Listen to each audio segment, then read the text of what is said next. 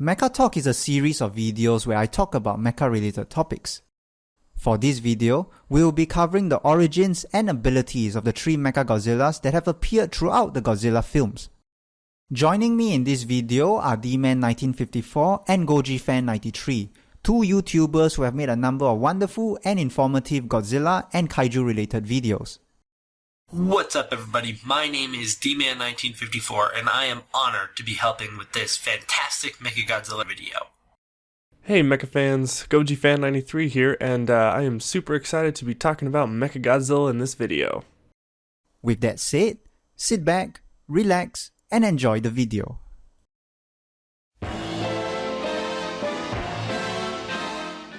MechaGodzilla made its first appearance in the 1974 film Godzilla vs. MechaGodzilla. In the movie, MechaGodzilla was constructed by an alien race known as the Simians, who had the appearance of humanoid apes. Using their advanced technology, the Simians were able to travel to Earth with their flying saucers and could disguise themselves as humans to blend in with society. The aliens had plans to conquer Earth and used Godzilla as a basis to create the 50-meter tall and 40,000-ton MechaGodzilla. Once completed, MechaGodzilla was stored in a secret dock underneath Mount Fuji, and it is controlled remotely by voice commands from the aliens' underground base in Okinawa. When it first appeared, MechaGodzilla's entire body was covered in a pseudo-skin, which helped to disguise it as Godzilla. While disguised as Godzilla, MechaGodzilla could unleash a fire breath from its mouth, which was meant to emulate Godzilla's atomic breath. Soon after its launch from Mount Fuji, MechaGodzilla fights Anguirus, who knew that it wasn't the real Godzilla. While disguised as Godzilla, MechaGodzilla made short work of Anguirus and easily overpowered the beast by lifting and throwing the 30,000-ton Anguirus around like a rag doll. It soon broke Anguirus' jaw, forcing him to retreat. Eventually, Godzilla comes face to face with an imposter, and during their clash, MechaGodzilla reveals its true form. MechaGodzilla's entire body is made out of a mysterious alloy known as space titanium, an element stronger than steel. However, space titanium has been proven to be rather weak, as MechaGodzilla was forced to retreat after a brief skirmish with Godzilla. However, while its defense is weak, MechaGodzilla makes up for that weakness with its impressive amount of firepower. Its offensive capabilities are so impressive that it was able to hold its own against the combined might of both Godzilla and King Caesar. In its fight with King Caesar, it was even able to overpower its more agile opponent in hand-to-hand combat. From its eyes, MechaGodzilla can fire rainbow-colored lasers, and they are just as powerful as Godzilla's atomic breath. Its head is capable of rotating 360 degrees, and this allows MechaGodzilla to attack from both the front and the back. In addition, spinning its head at high speeds allows MechaGodzilla to create a force field that is strong enough to withstand the likes of Godzilla's atomic breath.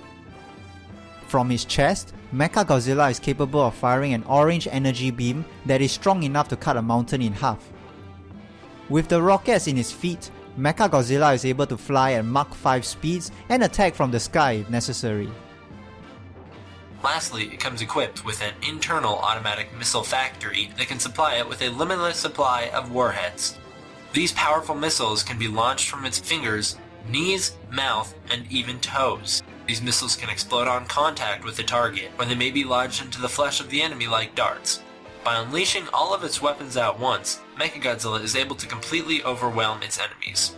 Near the climax of their battle, Godzilla manages to pull MechaGodzilla towards him using his newfound magnetic abilities, and with the help of King Caesar, Godzilla is able to twist and remove MechaGodzilla's head. MechaGodzilla's body then explodes after the alien's base in Okinawa is destroyed by Interpol agents. However, MechaGodzilla would return in the subsequent film. Taking place 1 year after Godzilla vs. MechaGodzilla, 1975's Terror of MechaGodzilla would continue where the previous film left off. The remains of MechaGodzilla were salvaged by the aliens, and with the help of Dr. Mifune, they would repair and improve on MechaGodzilla.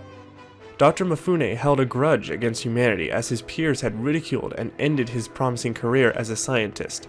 This was due to his research on the giant dinosaur known as Titanosaurus, which no one believed was real. With the help from the aliens, Mifune aimed to take his revenge on human society. To differentiate it from its previous incarnation, the rebuilt MechaGodzilla has blue and orange MG2 initials on its arms, and MG2 would stand for MechaGodzilla 2. In addition to its previous abilities, MechaGodzilla gained new abdominal armor, rotating missile arms, and a new electronic brain head controller. Also, this new MechaGodzilla is no longer operated by remote control. Instead, it is linked to the mind of Dr. Mifune's cyborg daughter, Katsura, who could also control Titanosaurus with her mind. Katsura knew the aliens could not be trusted and had second thoughts about helping her father in his revenge against humanity. Together with Titanosaurus, MechaGodzilla would have its rematch with Godzilla, and this time the tables were turned on the king of the monsters. Godzilla was overwhelmed by both monsters, but thanks to support of the JSDF, Godzilla was able to fight MechaGodzilla one-on-one while Titanosaurus was distracted. Godzilla once again removes MechaGodzilla's head, but is shocked to find an electronic brain underneath it.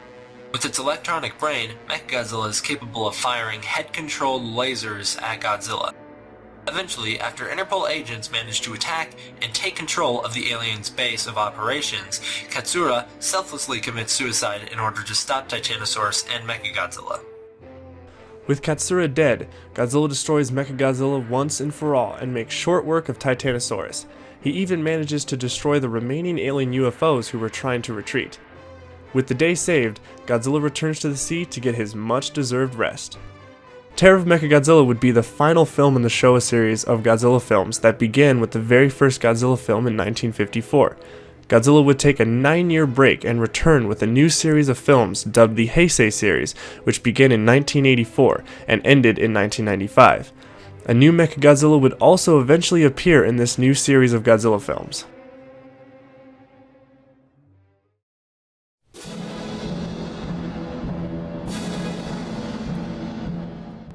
Making its appearance in the 1993 film Godzilla vs. MechaGodzilla 2, the Heisei MechaGodzilla stands at 120 meters and weighs about 150,000 tons.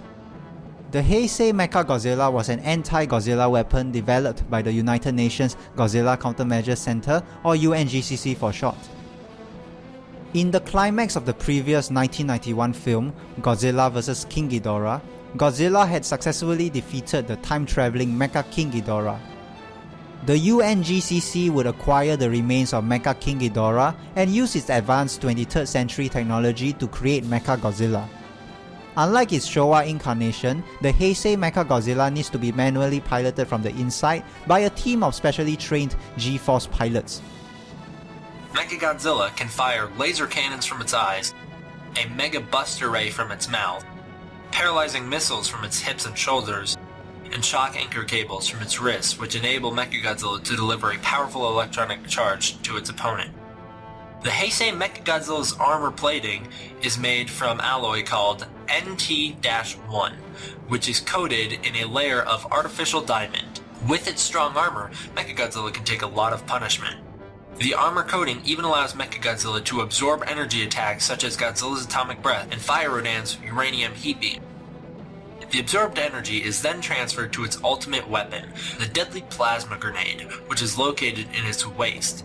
With its plasma grenade, MechaGodzilla can deliver punishing blows to its enemies. Finally, MechaGodzilla can combine with the warship Garuda to form Super MechaGodzilla. In this form, MechaGodzilla gains control of Garuda's powerful maser cannons and the ability to hover above the ground. In addition, when combined with Garuda, all prior damage that MechaGodzilla had received, such as a damaged right eye, is repaired. Later in the film, in order to deal with Godzilla's secondary brain, which is located in its hip, MechaGodzilla's shock anchors were modified into a weapon known as the G-Crusher. With the G-Crusher, MechaGodzilla was able to completely destroy Godzilla's secondary brain with a single discharge, crippling the king of the monsters. Despite its impressive offensive and defensive capabilities, the Heisei MechaGodzilla has one major weakness, and that weakness is its poor hand-to-hand combat abilities. Even with its powerful ranged attacks, the Heisei MechaGodzilla proved to be weak against the more agile Rodan and Godzilla once they got close enough for hand-to-hand combat. In addition, when first using the shock anchors against Godzilla, Godzilla was able to reverse the flow of energy back to MechaGodzilla, causing MechaGodzilla to short-circuit. To solve the weakness, the shock anchors had to be modified into the G-Crusher. Near the end of the film, Godzilla is revived after absorbing Fire Odan's life energy and gains a new attack in the form of the Spiral Fire Ray. The Spiral Fire Ray can reach up to temperatures of 1.2 million degrees Celsius, and with this new attack, Godzilla was able to not only melt MechaGodzilla's diamond armor, but also destroy it for good after firing a few shots. In the 1994 film, Godzilla vs. Space Godzilla, MechaGodzilla's remains would be used to create a new mechanized weapon in the form of Gojira. However, by the end of the film, Gojira is destroyed by Godzilla, putting an end to humanity's attempts to create mechanized giants to combat the threat of Godzilla. During the period of 1999 to 2004, a new series of Godzilla films dubbed the Millennium series was created, and with this new series came a new MechaGodzilla as well.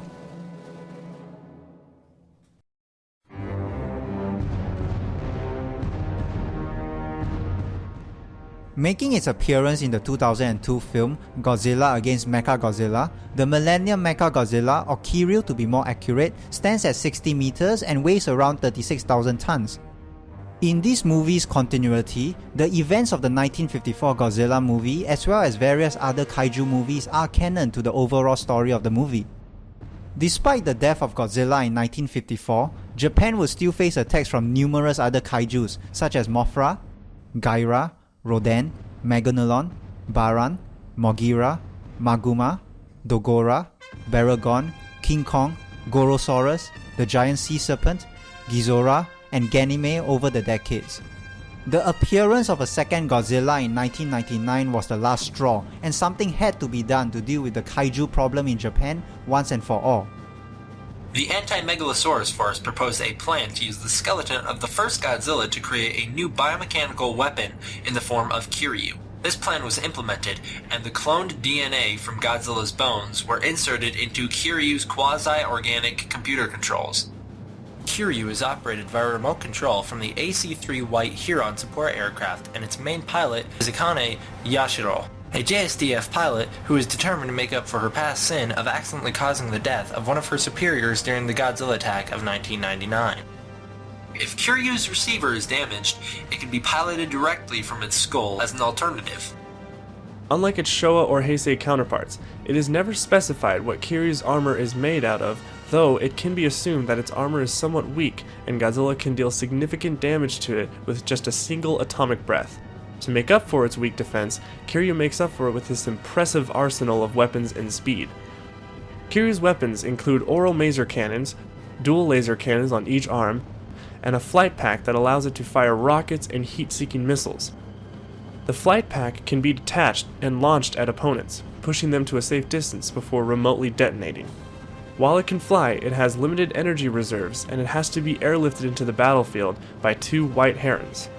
Kiryu also comes equipped with wrist-mounted blades for hand-to-hand combat, and it is able to discharge a crippling electrical surge into the body of its opponent. Due to its light weight, Kiryu can throw quick punches, use his tail as a weapon, grab and throw his opponents, as well as make other fast and agile movements.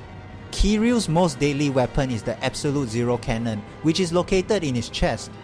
The cannon is capable of firing a ball of energy that flash freezes its target to absolute zero, thereby causing it to disintegrate under the weight of its own mass at the molecular level.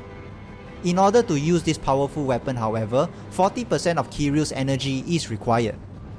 While powerful, Kiryu has a couple of weaknesses. Whenever Godzilla roars out in pain, Kiryu's Godzilla side takes over and overrides all external controls, causing it to go berserk. Due to its limited energy receivers, it can only fight for about 2 hours or less, depending on whether the Absolute Zero Cannon is utilized.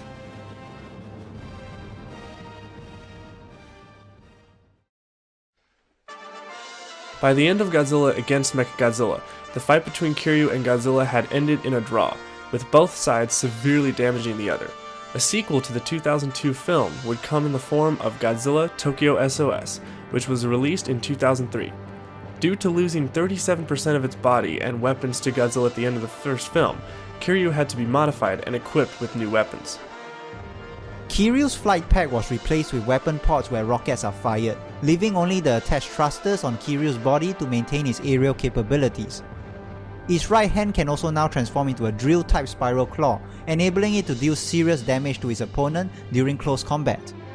Kiryu's Absolute Zero cannon was replaced with the Triple Hyper Maser cannon, and it can be fired simultaneously with the cannon in his mouth for maximum damage.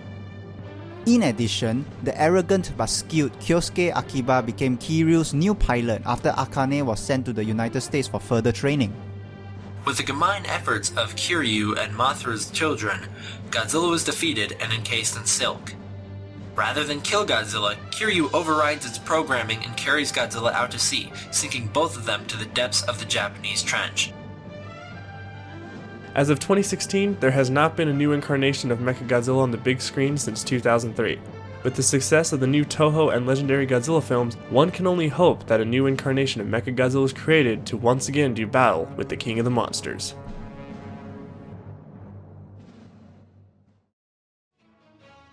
With that said, we have come to the end of our video. We hope you have enjoyed this video as much as we had fun making it. Feel free to subscribe to the channel if you like what I do, and do leave a comment giving some ideas or topic suggestions for future Mecha Talk videos. Thank you for having me. I'm D Man1954 from YouTube.com, and I hope to see you soon. Yeah guys, thank you so much for watching, and you can always check me out on my channel, GojiFan93, and as always, stay big Mecha fans!